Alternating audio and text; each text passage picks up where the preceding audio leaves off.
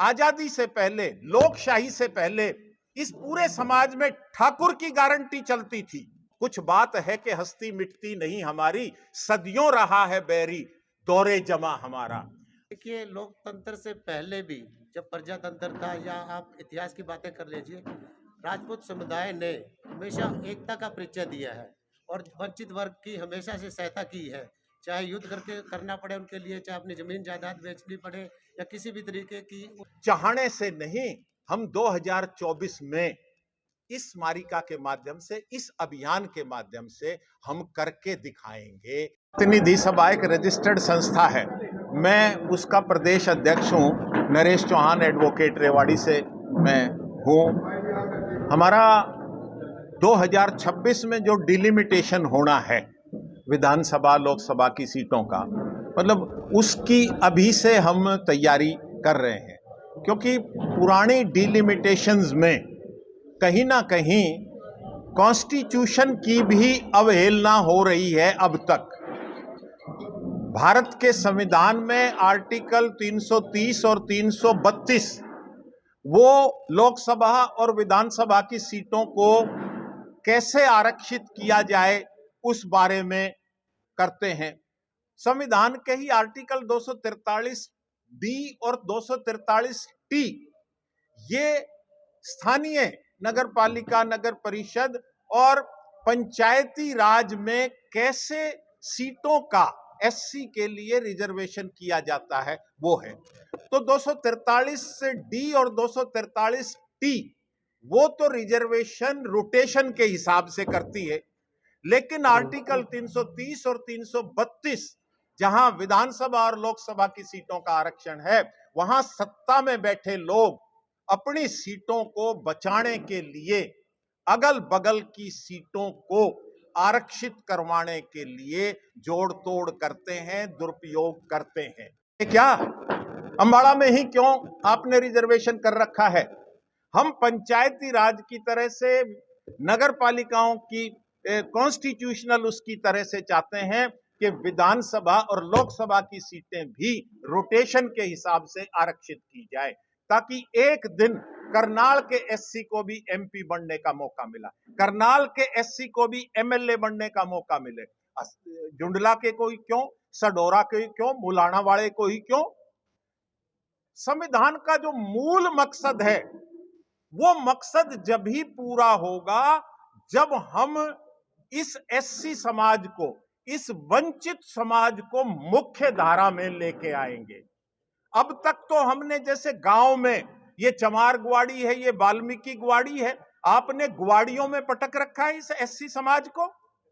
आजादी के बाद 77 साल हो गए, अंबाड़ा लोकसभा एक ग्वाड़ी की तरह से रिजर्व की हुई है, मुलाना विधानसभा एक ग्वाड़ी की तरह से आपने रिजर्व की हुई है, बावड़ विधानसभा, होडल विधानसभा, पटौदी विधानसभा, कलानौर विधानसभा, आपने इनको एक ग्वाड़ी की तरह से, एक तरफ तो हम कहते हैं कि हम छुआछूत मिटाएंगे, आपने तो इस समाज को, वंचित समाज को अछूत बना के रख रखा है। आपका उद्देश्य यही है कि 10 साल अंबाला हो गई है तो अब करनाल, यस, रोटेशन से, फिर सोनीपत, रोटेशन से, विधानसभा में भी लोकसभा में भी, ताकि इस चीज से जब करनाल का भी एससी एमएलए और एमपी बनेगा, तो जब ये सीट रिजर्वेशन के बाद ओपन हो जाएगी तो उसको एक रास्ता मिल जाएगा, एक लीक पड़ जाएगी, जैसे गांव में कहते हैं ना लीक पड़ गई, तो वो लीक पड़ जाएगी और वो फिर ओपन सीट से भी एससी समाज का कैंडिडेट एमएलए और एमपी बन पाएगा। जब ये समानता आएगी तो आगे चल के फिर अपने आप ही समाज में ये जातिवाद का, संप्रदायवाद का, धर्मवाद का, ये सब वैमनस्य धीरे धीरे, कोई लेट नहीं है। 2008 से सुप्रीम कोर्ट में भी ये काम चल रहा है। मैं क्योंकि 2 साल ही हुए मेरे को प्रदेश अध्यक्ष बने हुए हरियाणा राजपूत समाज का। राजपूत समाज आज पूरे देश में कहते हैं मोदी की गारंटी है। आजादी से पहले, लोकशाही से पहले इस पूरे समाज में ठाकुर की गारंटी चलती थी। ठाकुर का अनाज खलियान से अपने कोठे में, अपने घर बाद में जाता था, जो वहां किसान कामगार जो काम करता था कमेरा वर्ग, उसके घर जाता था पहले। ठाकुर के पास एटीएम नहीं था कोई। ठाकुर के पास अगर कोई कमी रह जाती थी तो वो साहूकार से ऋण लेके उस अपने कमेरे वर्ग को, अपने पर आश्रित वर्ग को उसका पेट पालन करता था, क्योंकि वो ठाकुर की गारंटी थी।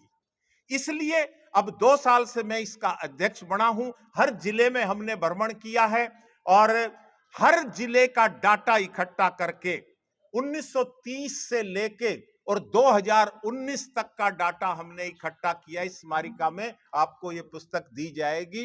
18 विधानसभा हलकों में राजपूत चुनाव जीत चुका है 1930 से अब तक। करनाल लोकसभा से 1996 में श्याम सिंह राणा 1,76,000 वोट ले गया है। कुरुक्षेत्र से श्याम सिंह राणा ने, बिशन सिंह आर्य ने 28,000 से 30,000 वोटों से वो हारे हैं। गुड़गांवा, फरीदाबाद, भिवानी, महेंद्रगढ़, ये 5 लोकसभा हलके ऐसे हैं जहां राजपूतों की संख्या 1.5 लाख से लेकर 3.25 लाख तक है। पूरे प्रदेश में 8% राजपूत आबादी है, जबकि 7% वाला भी, 4% वाला भी, 5% वाला भी पंडित भगवत दयाल शर्मा, राव बीरेंद्र सिंह, बनारसी दास गुप्ता सभी, और आज मनोहर लाल जी भी मुख्यमंत्री बन गए हैं। अब मुख्यमंत्री की बारी भी राजपूत की और एससी समाज की है। इस स्मारिका के माध्यम से हम हमारी मौजूदा जनरेशन को एक किस्म से ऊर्जा देने का काम, ये इम्यूनिटी डोज दे रहे हैं हम, कि आप 2, 3, 4 सीटों तक सीमित नहीं हो, आप लोकसभा की सीट के भी हकदार हो, आप राज्यसभा की सीट के भी हकदार हो, आप विधानसभाओं में भी अपने रिप्रेजेंटेशन लेके आने के हकदार हो। लेकिन हमारी कौम, अब कहते हैं राम जी भी पैदा हो गए, रोबोट पैदा हुए थे, अब राम जी भी, उनकी प्राण प्रतिष्ठा होगी, राम राज हो गया। मर्यादा पुरुषोत्तम थे भगवान राम। मर्यादा का मतलब कॉन्स्टिट्यूशन फ्रेम में रहकर राम राज उन्होंने किया था। तो हमारी कौम, कुछ बात है कि हस्ती मिटती नहीं हमारी, सदियों रहा है बैरी दौरे जमा हमारा। हम कितने ही घिस गए, कितने ही घट गए, कितने ही पिछड़ गए, लेकिन हमने कभी भीख का कटोरा अपने हाथ में नहीं लिया। हमने वंचित वर्ग को, हमने दलित वर्ग के हकों में, उनकी रजाई में, उनकी सोड़ में घुसने की कभी हिमाकत नहीं करी। और आइंदा भी हम चाहे मर जाएं, मिट जाएं, अपने सिद्धांतों से, अपनी मर्यादा से, उससे पीछे नहीं हटेंगे। हमारे साथ कितना ही इस लोकशाही में चाहे जुल्म हो, हमारी जमीनें गए, हमारी जागीरें गई, हमारे राजपाट गए, लेकिन हमने उफ नहीं की। लेकिन अब जो मौजूदा हमारी जनरेशन है, क्योंकि जो आदमी 2 पैसे 4 पैसे कमा लेता है, वो समझता है कि अब मैं ठाकुर बनूं, अब मैं राजा बनूं, अब मैं महाराजा बनूं। अगर हम इतिहास में जाएं, राजे महाराजाओं के तो जिस पर नजर डाल दी वो उनकी रानी बन जाती थी।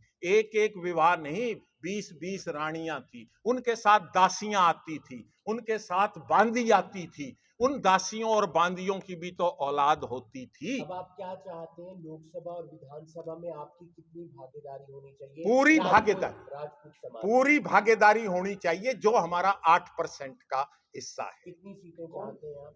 हम सीटें तो चाहने से नहीं, हम 2024 में इस स्मारिका के माध्यम से, इस अभियान के माध्यम से हम करके दिखाएंगे कि हमारी पीढ़ी आगे आए और लड़के दिखाए। सब पार्टियों से, अगर कोई पार्टी नहीं भी टिकट देती है तो निर्दलीय। अब भी नैनपाल रावत ने मोदी लहर को हरा के निर्दलीय चुनाव जीता है, तो हम जनता की टिकट को भी प्रेफर करेंगे। और ये कितना एक अनुमान या कितना एक परसेंटेज हम 8% अपने को मानते हैं, तो अब के हमारा टारगेट है कि 8 विधानसभा की सीटें हम जीत के आए। ये पार्टियों ने देखना है कि वो किससे। हम 1 लोकसभा सीट निश्चित रूप से हम लड़ेंगे, लेके आए। उनमें मैंने 5 बता दिया, करनाल, कुरुक्षेत्र, भिवानी, महेंद्रगढ़, फरीदाबाद और गुड़गांव। इन 5 में से एक सीट हम लेंगे। हम तो ओपन, क्योंकि हमारा सामाजिक संगठन है, हमारी तो एक कॉल है कि हमें उपेक्षित किया जा रहा है राजनीतिक षड्यंत्र के तहत। हमारी मांग जायज तरीके से है, पार्टियों को देखना है कि भाई हमारा इस समाज से इस सीट पर कौन उम्मीदवार है, उसको हम टिकट दें। अगर पार्टी टिकट नहीं देती तो निर्दलीय 10 के 10 लोकसभा सीटों पर 10 के 10 नहीं, हम कह रहे हैं हमने 5 को चिन्हित किया है। उन 5 में पार्टियों का भी देखेंगे और जहां हमें लगेगा कि यहां सूटेबल है वहां हम कोशिश करेंगे पंचायती कैंडिडेट भी वहां उतारा जाए। परिसीमन होगा उसमें कि अगर रिजर्व जाती है सीटें फिर आप लोग क्या करेंगे? हम कह रहे हैं कि रोटेशन से हो। परिसीमन में हमारी मांग है कि रिजर्वेशन रोटेशन से हो, जैसे पंचायतों में हो रहा है, नगर पालिकाओं, नगर परिषद में हो रहा है, जिला परिषद में हो रहा है, तो हमें कोई गम नहीं। अब होता क्या है कि क्योंकि जैसे हमने कहा ना, मोदी की तरह से ठाकुर की गारंटी थी, हमारे गांव बस्ती में हमारी आबादी से दुगनी तिगनी आबादी उस 35 बिरादरी की होती है, उस वंचित वर्ग की होती है, क्योंकि हम उनके आश्रयदाता थे। उनके काम में हमने दखल नहीं दिया, हमने उनको उन पटवार सर्कल को और कानूगो सर्कल को तोड़कर अपनी सीट को, मान लो करनाल अगर रिजर्व होने वाली है तो यहां का एमएलए, यहां की पार्टी चाहेगी कि यहां राजपूतों के गांव को दाएं बाएं निकाल दिया जाए, क्योंकि वहां हरिजन की आबादी ज्यादा होती है, वहां एससी समाज की आबादी कुदरती ही ज्यादा होती है, क्योंकि उनकी हम गारंटी, हमारे बुजुर्ग गारंटी रहे थे। तो रोटेशन से हो जाएगा तो हमें कोई दिक्कत नहीं। अभी तक आप जो मानते हैं कि जो भी रिजर्व हलके हैं उनमें राजपूतों की आबादी ज्यादा है हुई, क्योंकि वो रोटेशन से नहीं है, वो पटवार सर्कल को और कानूगो सर्कल को तोड़ के, मुलाना हल्का हमारे सामने है, अंबाड़ा लोकसभा हमारे सामने है, वहां जानबूझ करके, जैसे ही अंबाड़ा सीट अब पिछले 2005 के भी परिसीमन में रिजर्व होने को थी, लेकिन वो 2-3 गांव राजपूतों के इधर से उधर कर दिए गए। किसके इशारे पे? जो सत्ता में बैठा रहता है, आज की पार्टी नहीं, जो पहले की भी पार्टी थी, क्योंकि परिसीमन तो हर 10 साल बाद हुआ है, 71 में भी हुआ है, 91 में भी हुआ है, 2002 का 2009 में लागू हुआ, लेकिन अब जो 2026 का डिलिमिटेशन है, वो जिस तरह से ये गवर्नमेंट काम कर रही है, अपना होमवर्क करती है, अपना एजेंडा तय करती है, तो शायद 2029 के चुनाव में ये परिसीमन लागू। यानी कि आप सभी पार्टियों पर आरोप लगा रहे हैं, सत्ता में जो भी पार्टी आई है उसने राजपूत समाज की अनदेखी की है। बिल्कुल की है।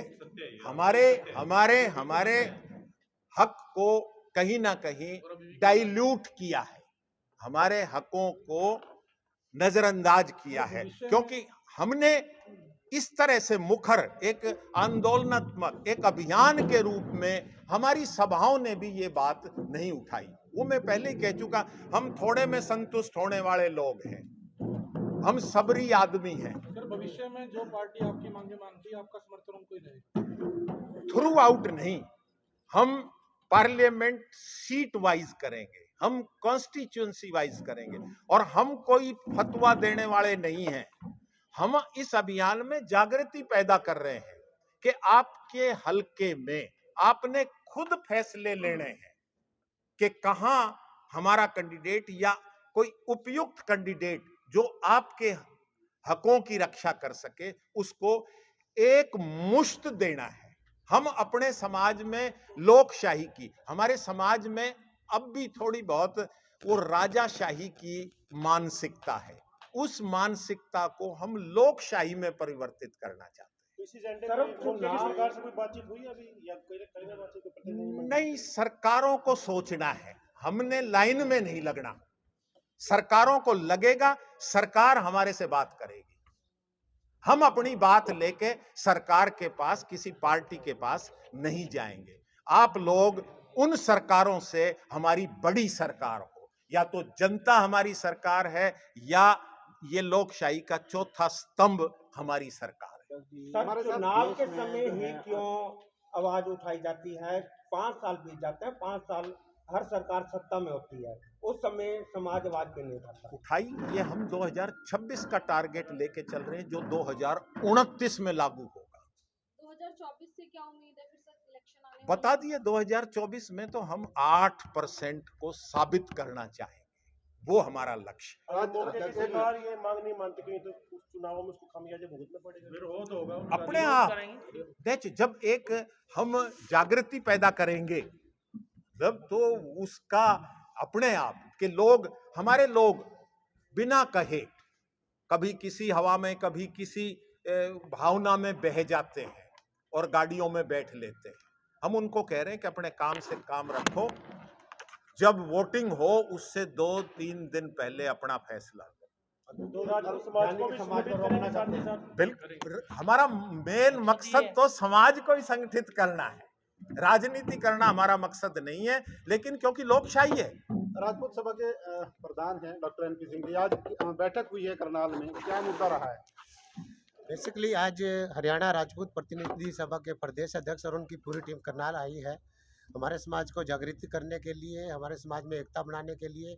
और जो आगामी चुनाव है, चाहे वो राज्यसभा का चुनाव हो, लोकसभा का चुनाव हो या उसके बाद विधानसभा के चुनाव हैं, उसमें समाज ने कैसे एकता का परिचय देते हुए संगठित रह करके अपने वोट डालने हैं, उसमें हमें जागृत करने के लिए हमारी राज्य स्तर की टीम करनाल पहुंची है।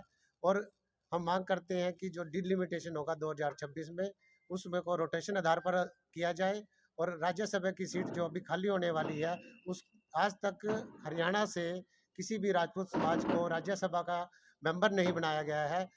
तो हम राजपूत सभा करनाल और प्रदेश स्तरीय सभा हमारी राजपूत प्रतिनिधि सभा ये मांग करती है कि अब की बार राज्यसभा में राजपूत समुदाय को प्रतिनिधित्व दिया जाए और लोकसभा की कम से कम एक सीट दी जाए।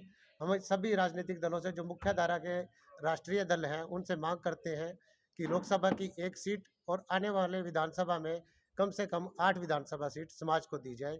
ये आज की बैठक का हमारा एजेंडा रहा और हमारी यही मांग है आज की इस सर, आपने बैठक में। बताया कि जो मुख्य की जो भी सरकारें थी, कहीं न कहीं अवहेलना हुई या पीछे रखा गया समाज को, आज समाज संगठित हुआ, उसके क्या कारण हो सकते हैं, क्यों रखा गया?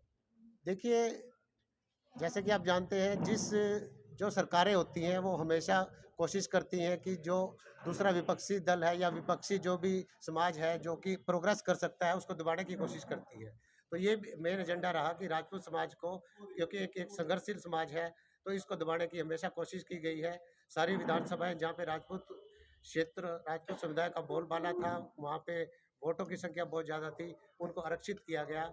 हम काफ़ी दिनों से वेट कर रहे हैं, इंतजार कर रहे हैं कि इस परिसीमन को रोटेशन के आधार पर किया जाए तो हमारी जो समाज को कुछ ना कुछ सहायता मिल सकती है। सर, यदि विधानसभा सीट और लोकसभा सीट नहीं दी जाती तो क्या?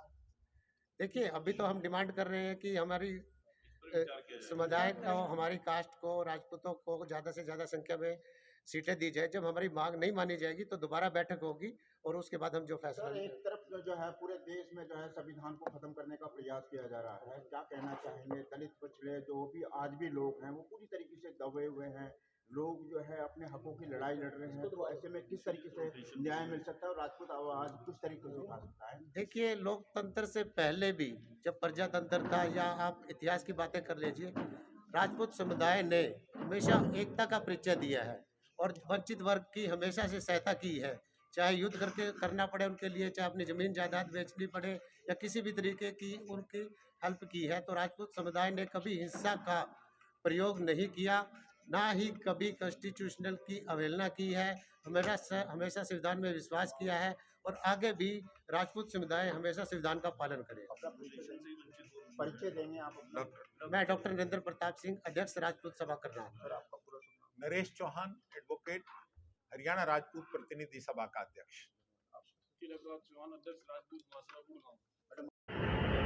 राजनीतिक हिस्सेदारी को लेकर राजपूत समाज अब पूरी तरह से जागरूक हो गया है। आज हरियाणा राजपूत प्रतिनिधि सभा के प्रदेश अध्यक्ष नरेश चौहान करनाल पहुंचे और आगामी चुनाव में राजपूत समाज को प्रतिनिधित्व देने की मांग की।